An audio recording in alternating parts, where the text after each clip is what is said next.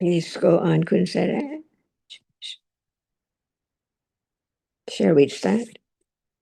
Prakash just mentioned he's getting into a car, so it's difficult for him to speak at the moment. So perhaps, Tiffany, is there anything you would like to bring up or anything you've been hearing in the discussions which you're not quite clear about? Like about the last week about sila and breath and any of the topics which you'd like to hear more about? Oh, I really appreciate that topic about sila because I've always thought that it's the kusala sila bit. I never knew there's a kusala sila, abhiyagita sila, and it's very interesting and yeah, it's newfound knowledge for me. Thank you very much. Yeah, and about breath too. I think that was the topic I started joining the Zoom about. Yeah, yeah, we all think that we can sit and concentrate on breath and control our mind. I think like control mind to be better or to focus.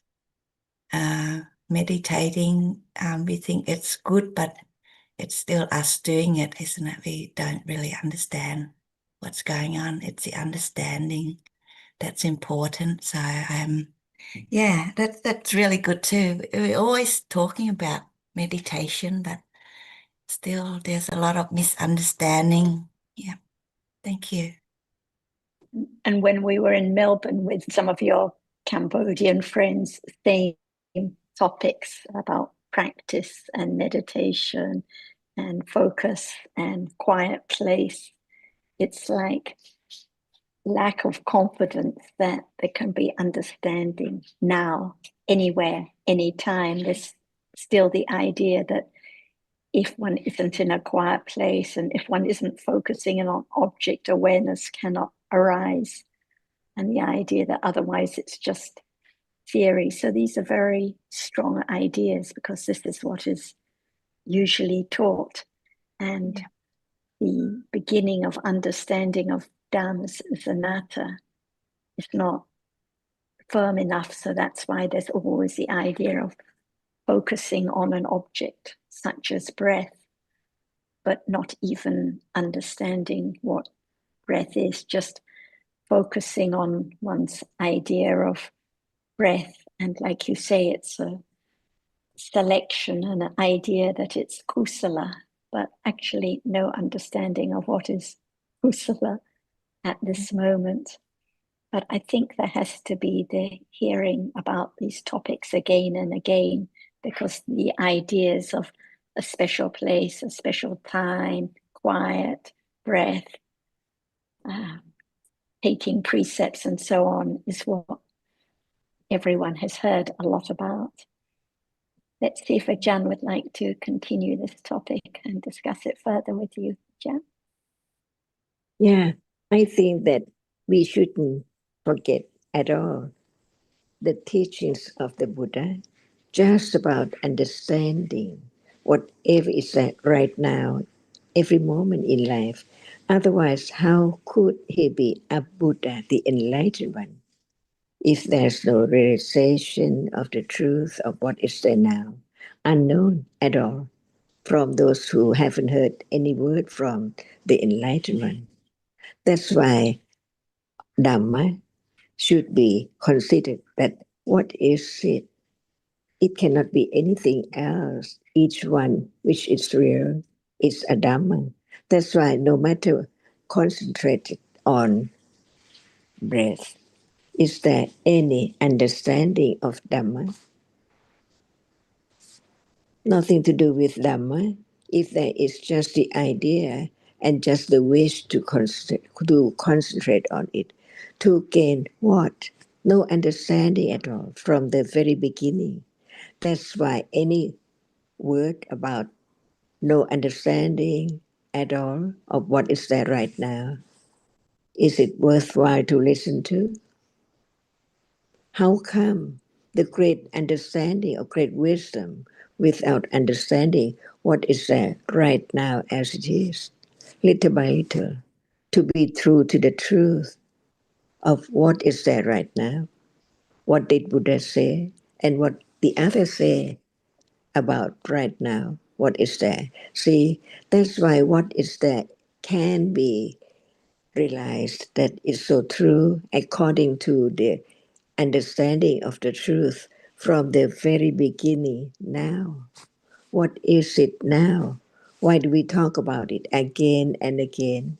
Just very common as seeing, hearing, that which is seen and that which is heard isn't life, isn't it? It's there in life. It's there in life from moment to moment, unknown from moment to moment to moment. So how come to understand the truth of what is there from birth to death? After death, see, what is it after death? There can be the consideration of the truth of each moment as it's so true, it's so real. If there is the understanding of what is there right now, if there is the understanding of what is there right now. So we begin again and again and again to understand what is there right now and right then, any moment. Otherwise, each moment cannot be realized at all. That's why be true to the truth. Is there enough understanding of the truth of what is there right now? In order to understand the very, very great wisdom, understanding the truth of what is there as it is, not as we used to take it to be something from birth to death, even right now. So we can talk about what is there little by little, a little more reality, the reality which is in a day a kusala moment. What in truth is it? How many kinds of the moment of akusala, unwholesome moment, unknown if we don't talk about it right now, and the moment of kusala, if we don't talk about it, it's daily life. And what about Dhamma? Is it Dhamma? So all Dhammas anatta, no one there at all. Not just try to do something to concentrate on what without any understanding at all. And at that moment, it's I as usual. How can there be no I at moment of selecting or trying to concentrate on an object? What for? That's why be true to the truth from the very beginning, right now.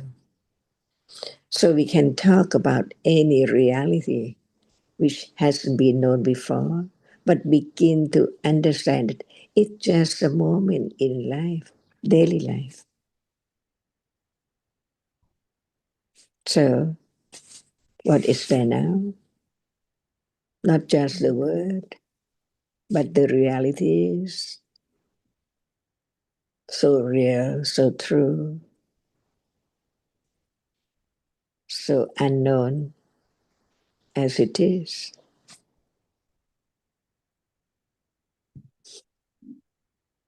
Otherwise, no matter we talk about ahara patsahara, and so on, it's there right now.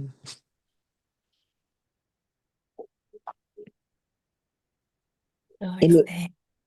any aspect of Dhamma can be studied to have a little more understanding, clearly and clearly, little by little.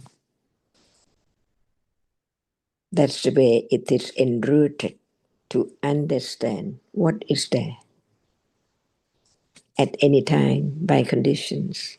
Otherwise, no condition to even thinking about the truth of it. What is seen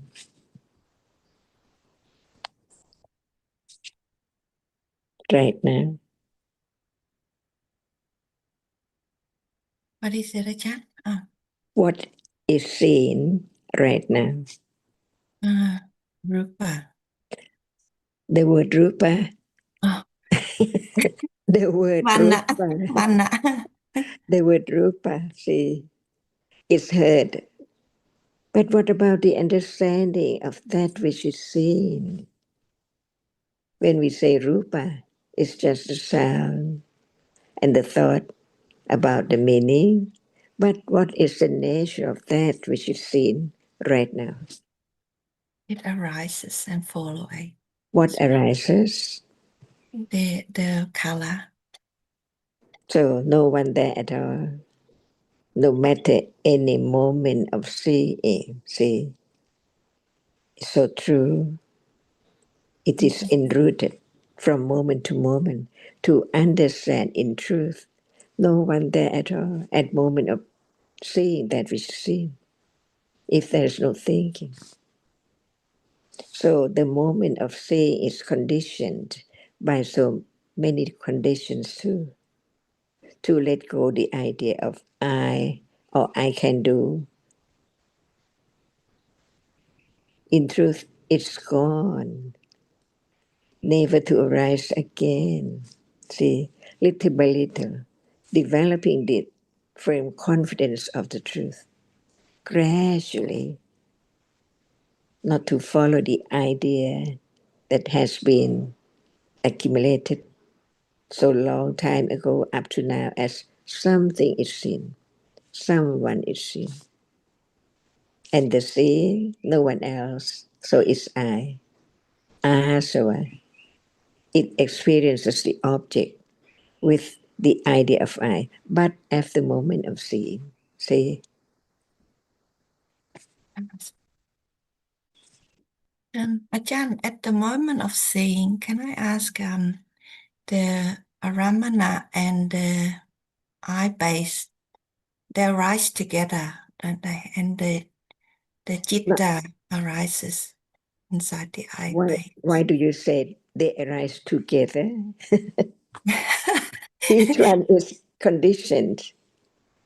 They Not, to, condition each not other. together, not together, no, at all. The I base is conditioned by karma, each moment arising and falling away. What does it arise with? The citta. No, with what the I base. Each rupa, Tiffany, like eye base or visible object or any other rupa, it arises in a group, a kalapa. The Avinapoga rupa? Exactly. So the eye base has to arise with those 8 rupas that always arise in every group. And also because it's the rupa conditioned by karma, it also has to have jivitindriya rupa there. So 10 rupas. So those rupas arise together in the group by the same condition, karma, and fall away immediately. But the visible object, if it's outside the body, it arises in a group of minimum 8 rupas, and it's conditioned by temperature. So those 8 rupas arise in a group conditioned by temperature and fall away. And it depends when the visible object impinges on the eye base that has been conditioned to arise, whether it's at the beginning or the end of the eye base. We know the eye base or any rupa lasts for 17 chitas. So it depends at what stage the rupa impinges on the eye base, how many chitas arise with the eye base as the doorway. So it's a little more complicated, but the visible object that impinges on the eye base and eye base are conditioned in different ways and arise and fall away at different moments. Yeah, I wasn't clear which one arises first to condition which one to arise. That the Aramana arises first and it condition the seeing citta. The eye base has to have arisen for the visible object to impinge on it, and they both have to have arisen in order to condition the seeing consciousness and the other citas that experience that object, the adverting consciousness, the seeing consciousness, and the other citas in the idle process. So they have to have arisen to condition the seeing. That's why they're said to be conditions for the seeing, not the other way around. So those three are the condition for seeing.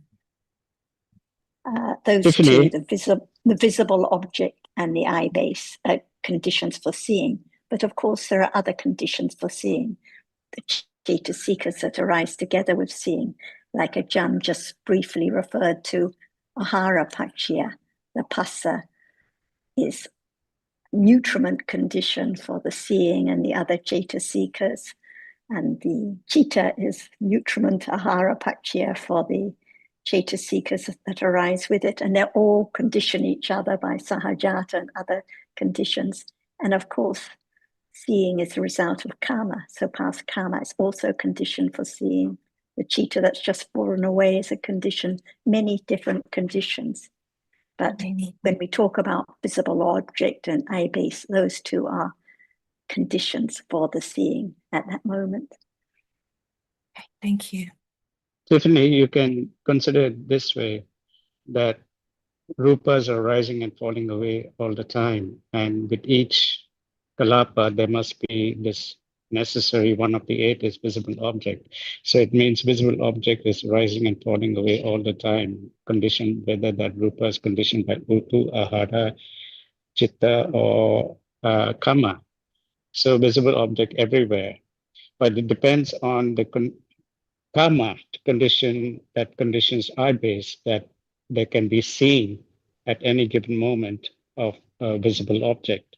So in the case of a blind person, since there's no karma to condition eye base, there's no seeing.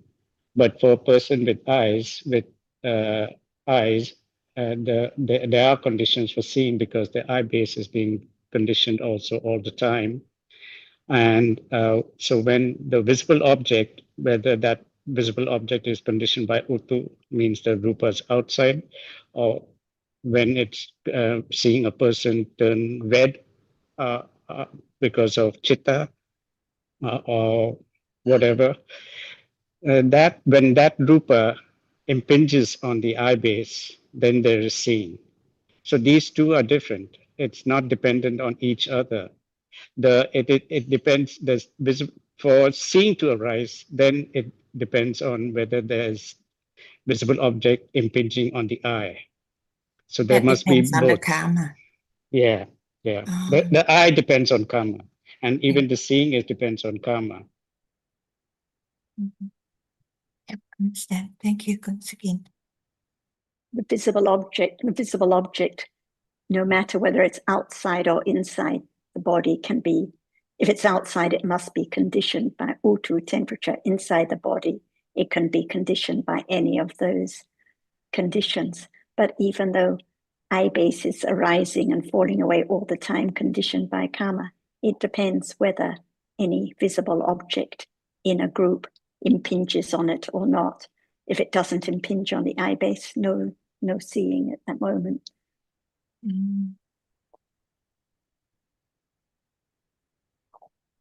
Only one moment of experience at a time. If sound is impinged on ear base, no seeing, even though eye base has been conditioned by karma, but no condition for seeing because visible object is not impinging on the eye sense. But then the eye base is not arising because you're hearing. Is that right? The eye base is still conditioned by karma, is being conditioned, as Sukin said, at each moment by karma. But at a moment of hearing, it is the sound in a group of rupas that impinges on ear base, which is also arising and falling away all the time. So it depends what impinges on what sense base as to what experience there is at that moment. Can I understand it like the eye base is conditioned by karma and it keeps arising and falling away, but you only see if the object impinges on it. So at the moment of hearing, the eye base is also arising and falling away, but you're not seeing anything.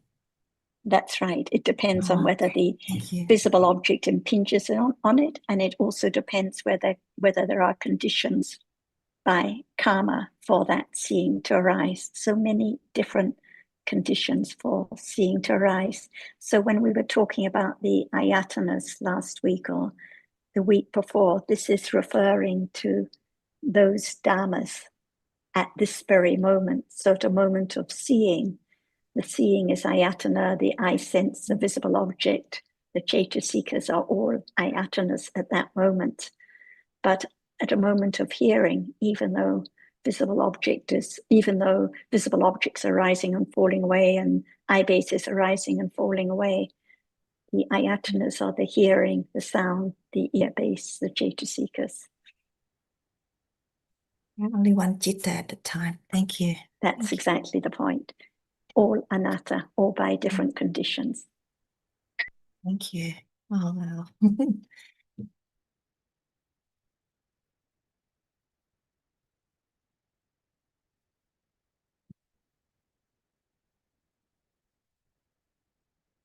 Take a bit of time to think about that. Thank you very much. And this is the way that little by little there is a firmer and firmer understanding that no one can control the mind, no one can control seeing or hearing. So if there is the idea, as you mentioned at the start, that is common idea that one goes and follows a practice and in order to control the mind or focus on a particular object, it shows there's no understanding of dhammas arising by conditions.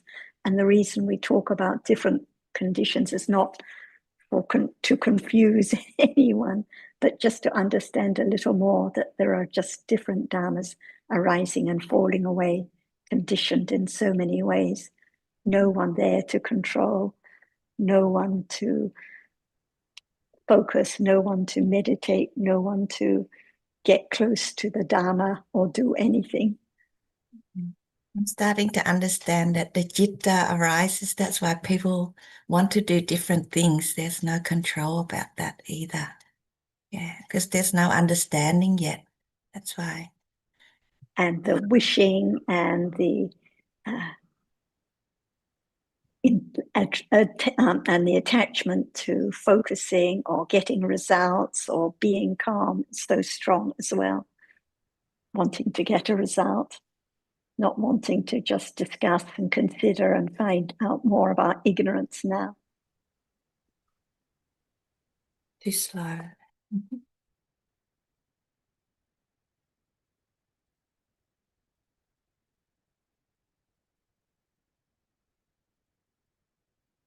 And the Dhamma is about daily life, not each person his or her own life, not any other person's life. So when we read about the breath, for example, that was the daily Dhamma of the Buddha himself and many of the Arahats and other Aryas. So he talked about them to them. He didn't talk to us about it for us to try to catch it and try to concentrate on it. He talked about seeing, hearing, smelling, tasting, touching for everyone, and that's what we have. And kusla dhamma, akusla dhamma, abhyakata dhamma, kusla sila, akusla sila, abhyakata sila. This is also our daily life, and this is what we hear and need to consider, and not just take a few things and think that he taught about breath and we need to go and concentrate on it in order to calm the mind. That is just misunderstanding, misreading of his teachings.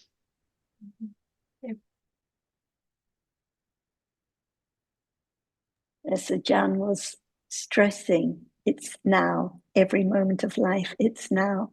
If there's an idea of going to a certain place, even needing to go to the Dharma Foundation or the meeting, or needing to do this or needing to do something else to find the Dharma, it's not the understanding of Dharma right now. It's the idea of I doing something, I going somewhere, I needing to do something, I focusing. That's why I mentioned at the beginning, it's not enough confidence of what can be understood right now. but without was always considering there. carefully. Mhm. I'm Without always considering there. carefully, it's not. Yeah. Sorry, Tiffany, repeat what you said. I said I'm always there. That's why it's really hard to understand. Yeah. I'm here, I'm going there, I'm getting close, I'm far away, or I understand, I don't understand, or he needs to do this, or he should listen more, but it's not understanding Dhamma at this moment. Well, those moments can also be the object of understanding too. What was that, Jonathan? Sorry. I said those moments of I that you referred to can also be the object of awareness and understanding, like any moment of agusala can be, like anger can be object of awareness. Just because it's agusala doesn't mean it can't be object. So we shouldn't just throw our hands up and say there's too much I, because hearing the Dhamma is the condition for consideration of the reality of the situation. And this can be a condition to cut through all the agusala. Awareness and understanding can arise in the midst of strong agusala, if there are the conditions for it. If we have the idea that it can't, then of course it never would. But as long as we appreciate that whatever the reality of the present moment, there's the potential for it to be understood, then it means that we may have thoughts of I, but it's not just another moment of agusala. Yeah. Too many moments of agusala, but if there's any knowing there's an I there, there's a little bit of agusala, is there? Of course there is. And also too many moments of agusala is not the problem. The problem is that the idea that if there's a lot of agusala, there can't be any gusala in amongst it, but there can be. Yeah, so everyone has lots of agusala in a day of different kinds, but hearing the Dhamma and considering the truth of what the Buddha taught can be a condition for there to be gusala in amongst all the agusala, especially gusala of the kind of awareness and understanding. Thank you.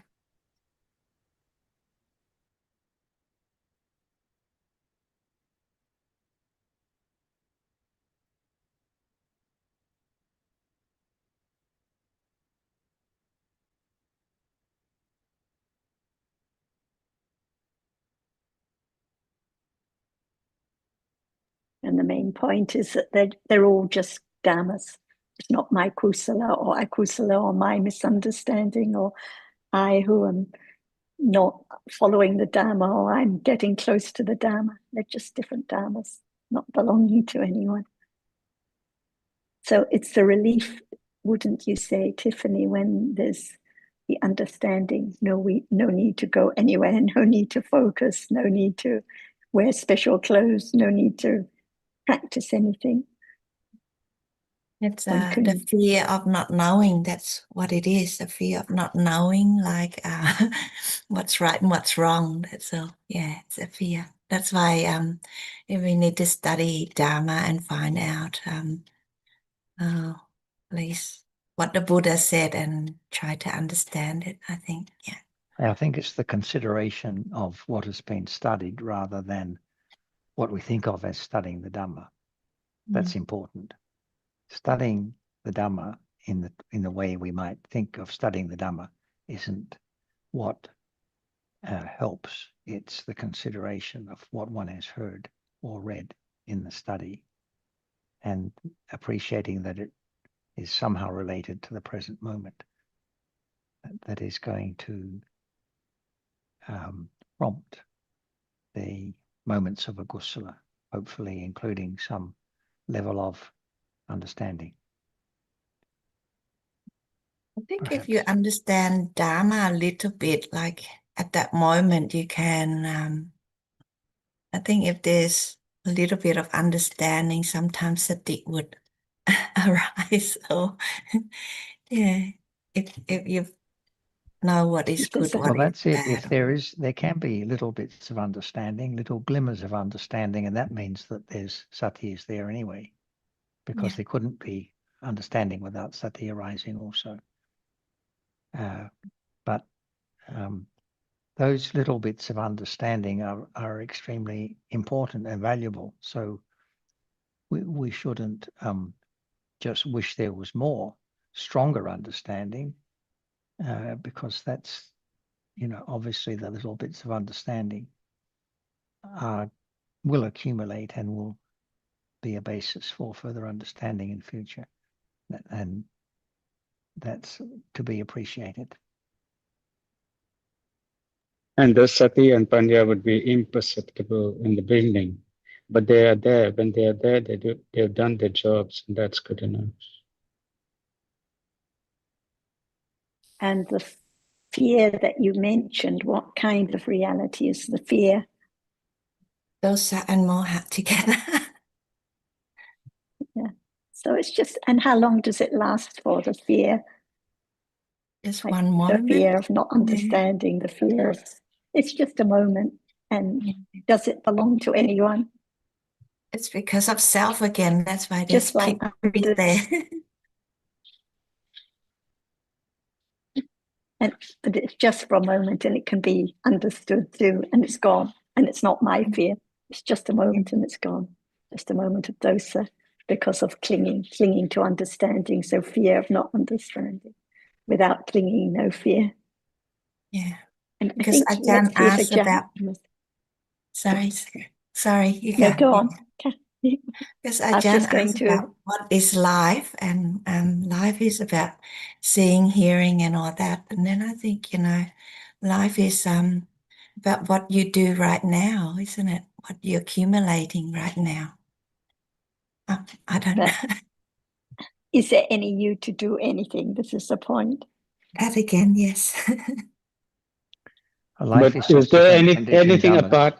rising at the present moment? Right. Is there anything Just apart from the seeing, hearing, smelling, tasting, touching? Life is a moment of seeing, a moment of hearing, a moment of thinking. That's it.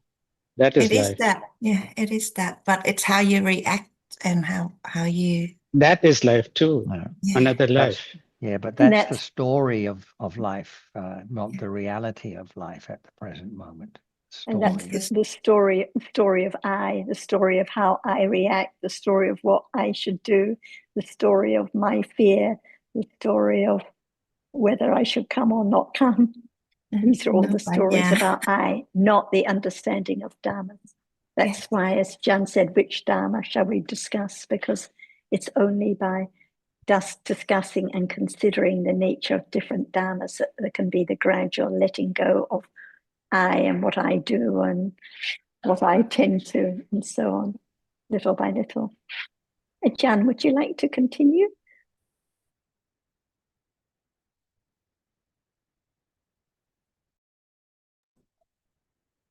Is there ayatana now? It is, Jan. What is it? Maniyayatana. Manayatana. Why is ayatana? Because it arises with the thinking. It arises. I don't know, Ajahn, sorry. I've never studied. Yeah, that's why we talk about one moment closer and closer to the truth. What is there? It's different by conditions. But manayatana is always there. It has to be there each moment. And depends on what ayatana is there as well. It has to be there together. That's why chitta is manayatana, pasayatana, sanyayatana, vedanayatana, all jetasikas are there as ayatana. No doubt, Nothing can just arise alone. Each one has to be conditioned to arise with the other. For example, Chitta cannot arise by itself or just alone by itself. It needs other reality arising together. So what arises together just in a moment? What are the ayatana? No one. Just to understand closer and closer to the truth of one moment at a time. What are they? See, Chitta and Chittasikas, no one, they have to arise together. They cannot arise without the other. So learn to understand each moment is moment of different ayatanas. No one. That's why learn to understand more precisely about the truth of what is there as not self from word to word, different words, different aspects of the truth. No matter we talk by way of kanda, different aspect from ayatana. So, what is kanda now? Rises and fall away. What is it? Kanda, Rupa Kanda, Vijnana Kanda. What is vijnana kanda now? What kind? Chitta, seeing. Okay, seeing is vijnana kanda. Can it be vedana kanda? No, no. That's why no matter what kind of chitta, it has to be just the reality which is the chief of experiencing. The other reality cannot perform this function. So chitta, each one is vijnana kanda. And why is kanda? By way we talk about, not as by way of ayatana. What is I don't kanda? know how to say it too. I don't know. Because it arises in false way. So it is the present one and the past one and the future one. That which arises and falls away is the past when it's gone, and that which hasn't come yet. After that which has gone, it's the future kanda, and that is there now, not past yet. It's present. So that which arises and falls away, each one is kanda, and by way of ayatana, see, and by way of dhatu, the more we learn about one reality, the more understanding the truth of it. And this is the path, the fourth path of the Four Noble Truths. Excuse me, the fourth noble truth, Ariya Satya, of the four Ariya Satya. If there's no understanding clearer and clearer about what is there, it cannot lead to realize the truth of it at all. That's why when we talk about reality, at any moment of understanding, it is true. So true that it can be realized because of understanding begin to develop to understand it clearly and clearly, little by little. Is it dhatu, chitta? To Mano, It is dhatu, see? Mano But to Tatu. how many kinds are there by way of dhatu? Learn little by little to understand different conditions for different moments. Only 18. one moment arising and falling away, never arise again. This is gradually letting go the idea of self unknowingly. That's why how much you have learned, how much you have developed cannot be known until time comes, the moment of direct awareness with understanding of what is there right now. The second round of the Four Noble Truths. We talk about sati. Is it kanda? Sankhara Kanda. Yeah. Sankhara Kanda. Yes. And is it ayatana? It's for the Mani Yatana is the outer one. See? Yes, Dhammayatana. Dhamma Yes. Yatana. Yeah, that's a word. Thanks there. That's why learn to understand, not to remember and forget, but understand little by little, firmer and firmer, not to mix with ignorance and attachment, purpose, and so on. That's why understanding is right understanding a reality, no one. And there are so many degrees. For example, we talk about sati, it seems like no doubt about a reality which is sati. But what is it? At moment of eating, can there be sati? At moment of meeting someone, can there be sati? See, if there's no understanding the sati enough, it cannot be there to be known, even it's there. For example, is there any moment of sati today? We have to think a lot to find out. That's why learn to understand what sati is and what moment does it arise to begin to understand the daily life when sati is there. Otherwise, no way at all to understand the characteristic of sati as just that very moment of sati.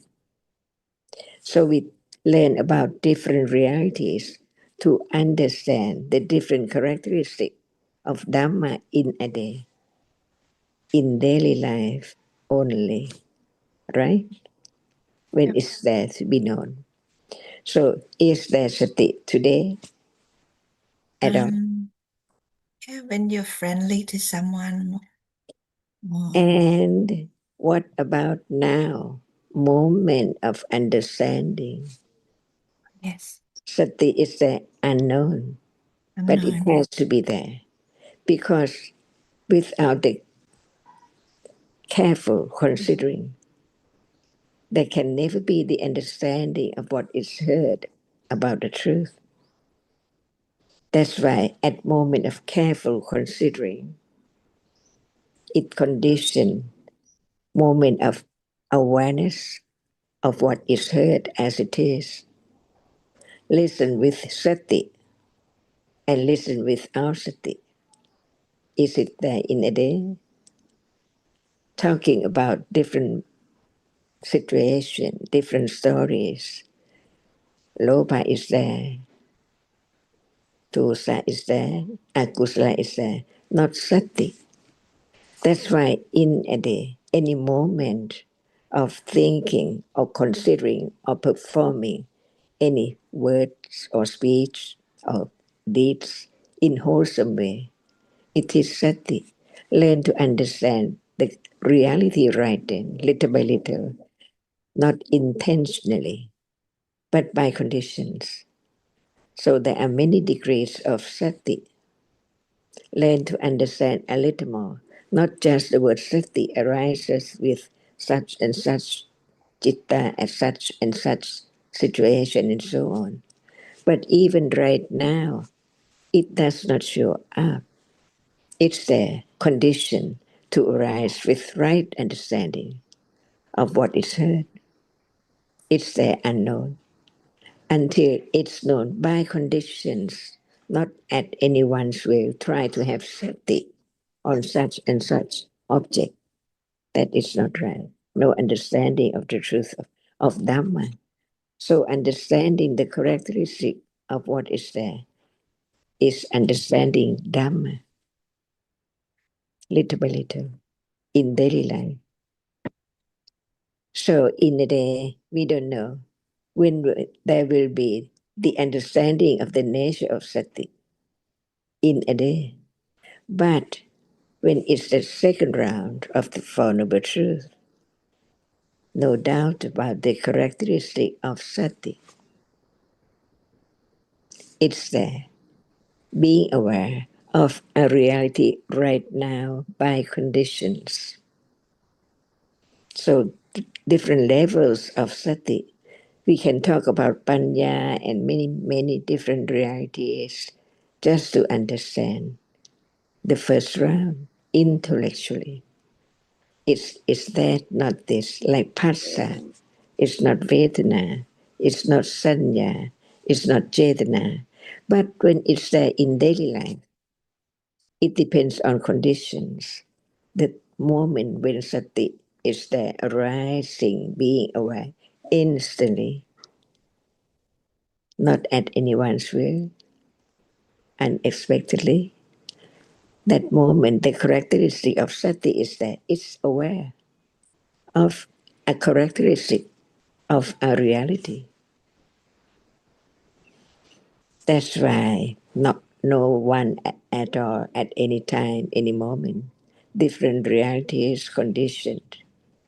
So Panya begins to listen carefully, to understand with firm confidence of Dhamma. All Dhammas are anatta. It cannot be firm enough at all if there's no wise considering about the nature of what is there as just a reality. Hardness is there, not just a reality. No awareness, no understanding. It's gone. So it's gone from moment to moment without awareness and right understanding.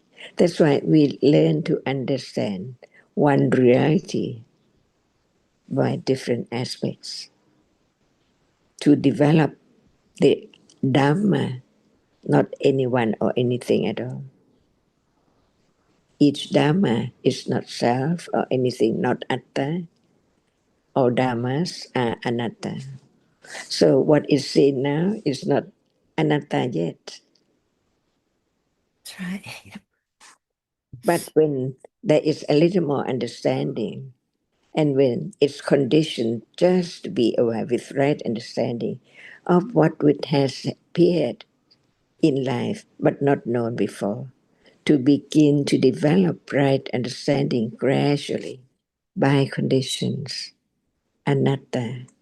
Now each moment will gradually pop up little by little, depending on the strength and the clear understanding, little by little, of right understanding of different degrees. So, what is degree of right understanding now? See, not as people take it for the second round at all. No one intends to go somewhere to do something because now no one, and the future hasn't come yet. Without understanding what is there right now, little by little, stage by stage, right understanding cannot grow or develop further on to understand what is there that we are talking about right now. And this is the way to understand anatta. All dhammas are anatta.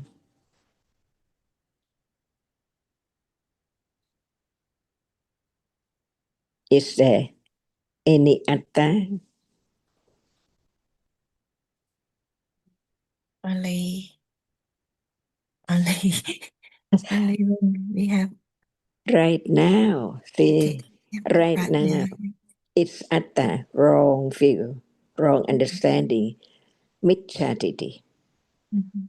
So understand what it's meant by micchaditi, how strong it is, or how subtle it is. Little by little, we do not pay respect to the tree, but someone does by ignorance and wrong understanding.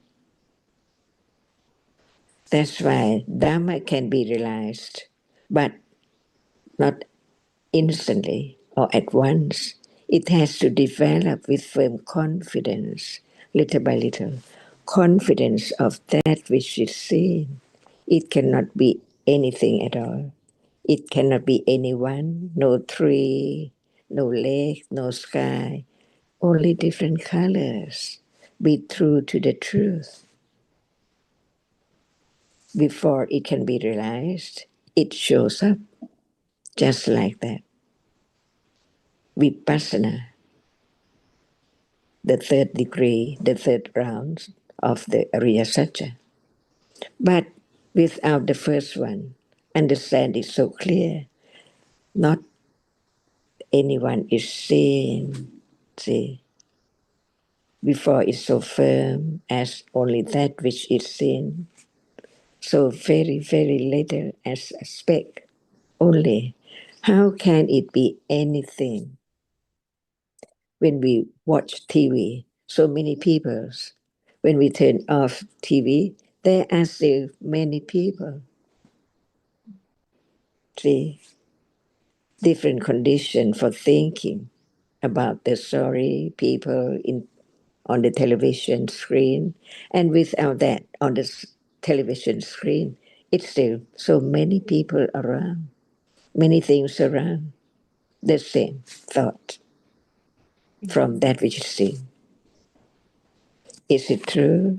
See, right understanding develop to be true to the truth on and on and on and on until it's strong enough. No one can know how much understanding right now developed until it's there, appears as it is. So, no doubt about that degree of understanding which has developed from each moment until then. This is anatta.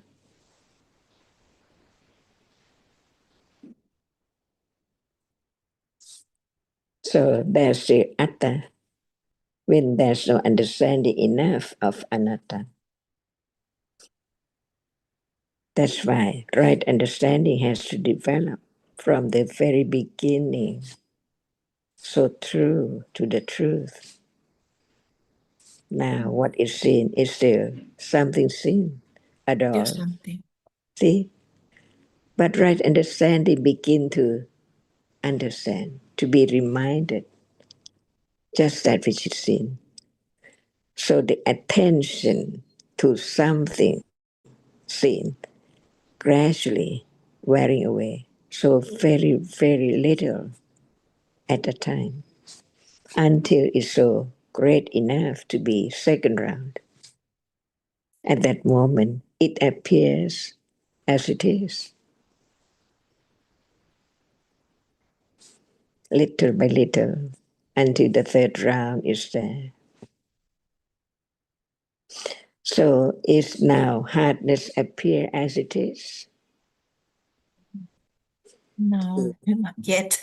And that is Satya Parami. Yeah. And what about feeling now?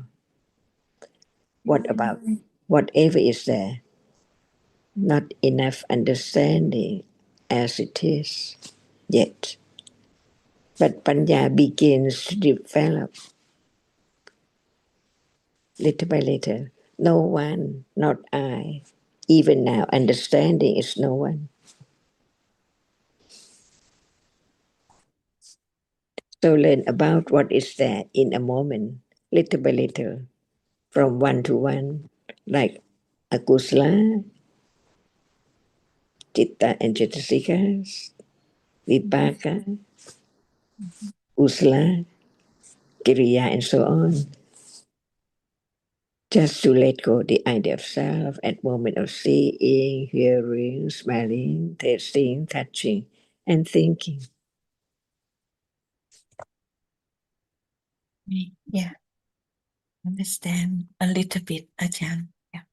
Is it a miracle from no understanding at all to realize the truth, which now does not appear as it is? As it is, our we in darkness, Still in darkness. Yeah. because The light cannot be anyone or anything. The color cannot be anyone and anything. And when it is the object of seeing, what is seen covers up the other doorway, which are in darkness. See? Mm-hmm. So ignorance is there, no understanding of the truth of reality, each different one. Seeing is not that which is seen. So there can be a little more study of what is there, little by little, different aspects, condition, a little more understanding. That's why we talk about reality when time comes to be conditioned in life after considering, discussing about what is there right now.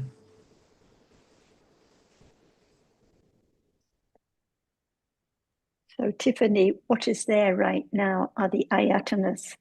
So, seeing, the moment of seeing now, it's there.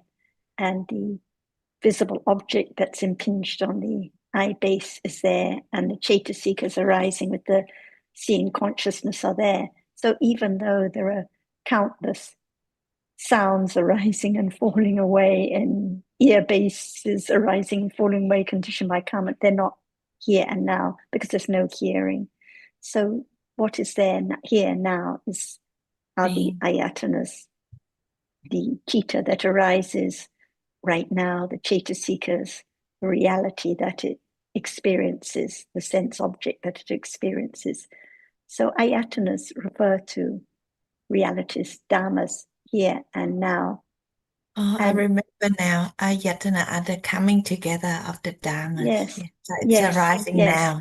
Yep. Yes. If there is eye base, but no visible object impinging on it, there's no seeing. So it's not ayatana.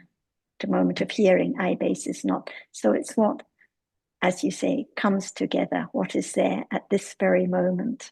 We can't say arises together because they arise separately by their own conditions. The eye base has already arisen, the visible object has already arisen, the seeing then arises, but they are all there just at the moment, like the balancing on a needle point for an instant, a miracle, the coming together for that moment, and then all gone. And when we talk about khandhas, it's also referring to Dhamma.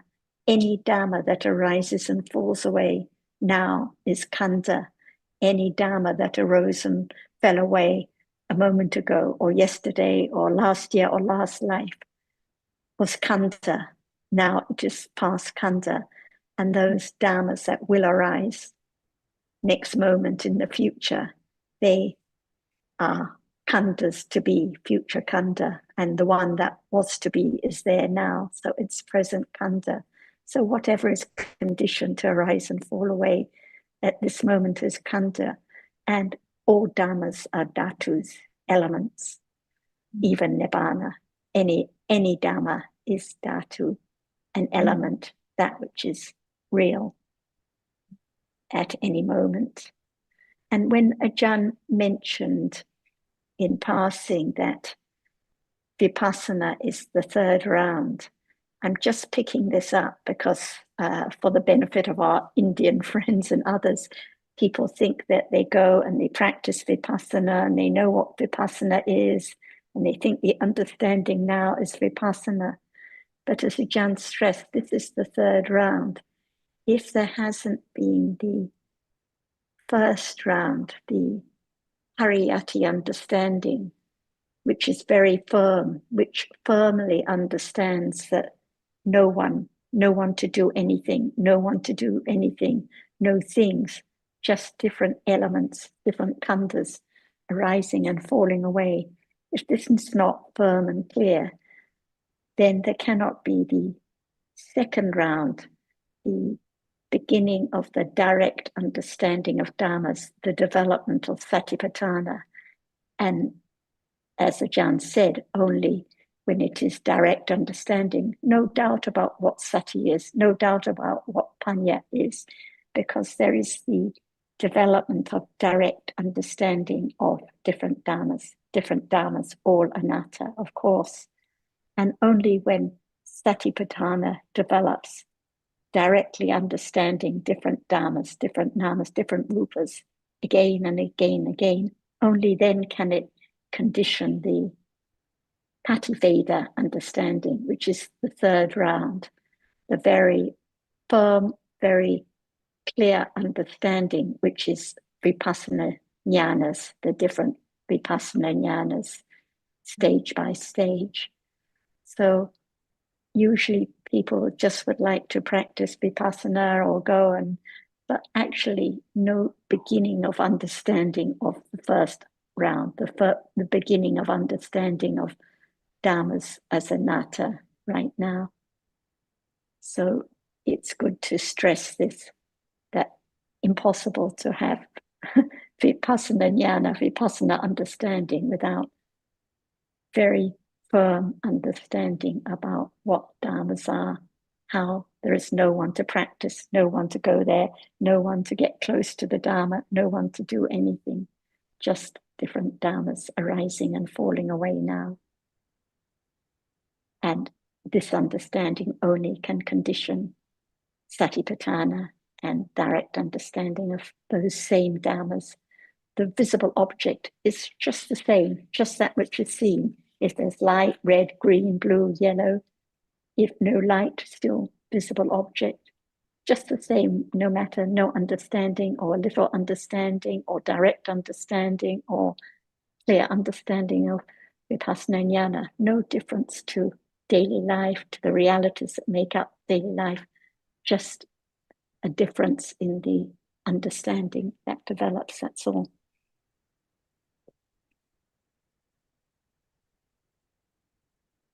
It's our elementary understanding at the moment. I don't think we can ever notice that in everyday life. It's by what happened after we maybe notice it afterwards, isn't it? By thinking about what we did. Thinking about, oh, there was kindness or generosity or little understanding, so there must have been some sati, but it's not the direct understanding of sati. But the understanding develops little by little, imperceptibly. No need to think, is it little or much, or was it this or was it that? Because that's again the story of I and my sati, not the understanding of sati. Yeah. And the truth is, as Sarah often reminds us, it's gone, right? That's the understanding at that moment.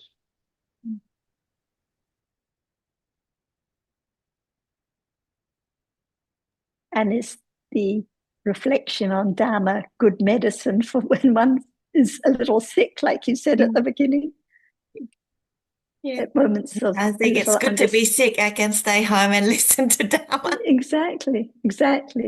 And it's the best medicine when reflecting on the truth and on dhammas, on what is here and now.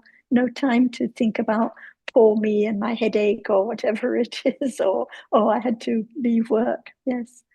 So Thank you so much. The best benefit. Yes, glad you could join, Tiffany.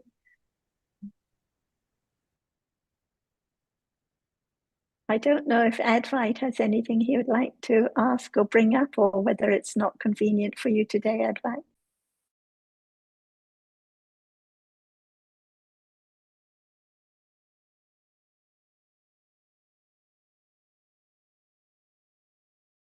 I think Prakash said at the beginning it's not convenient for either him or Advait, so I don't know if anyone else has anything they'd like to bring up. Alberto, anything you'd like to bring up today?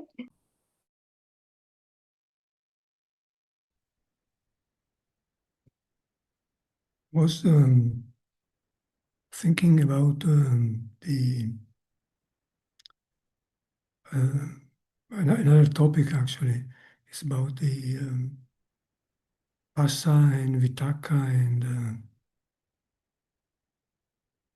and the foot of the world, because we've been talking about Patipada, about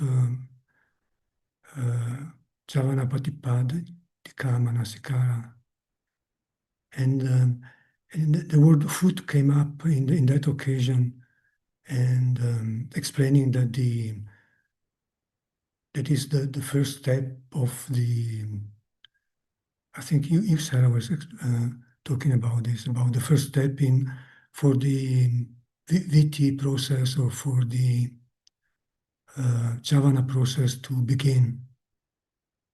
I was just wondering about the meaning of the word food in when talking about Vitaka, like the foot of the world. Is that in the same sense as in the Patipadaka Manasikara?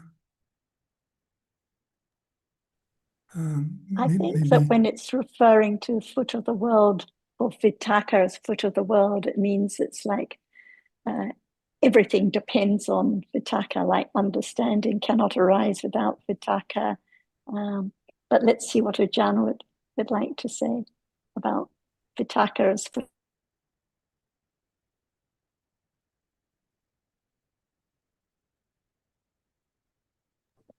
What citta doesn't have vitaka arising with it? Oh, only the 10. Only the 10. That's why we have to understand why and how come.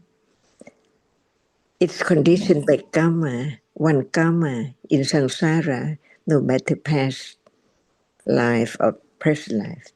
When the condition is ready for any karma to see, to experience that object, no one can stop its arising. There are conditions for it to arise. It has to arise.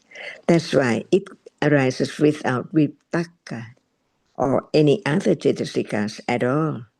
Only 7 cetasika is enough to condition the moment of seeing. And the cetasikas which arise together with seeing is also conditioned by karma. So the citta and cetasikas which arise to see that object is by karma pajya. No one can select the object of seeing at all. It's conditioned instantly when time comes. Nothing to do, just see.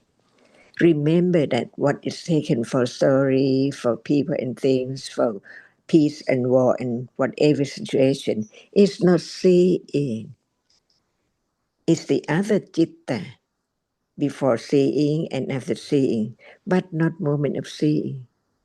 So how short seeing is, it cannot condition vipaka because itself is conditioned to see to be vipaka of particular karma, which is ready to condition the moment of seeing. Is that right? There is seeing right now. It's conditioned by what?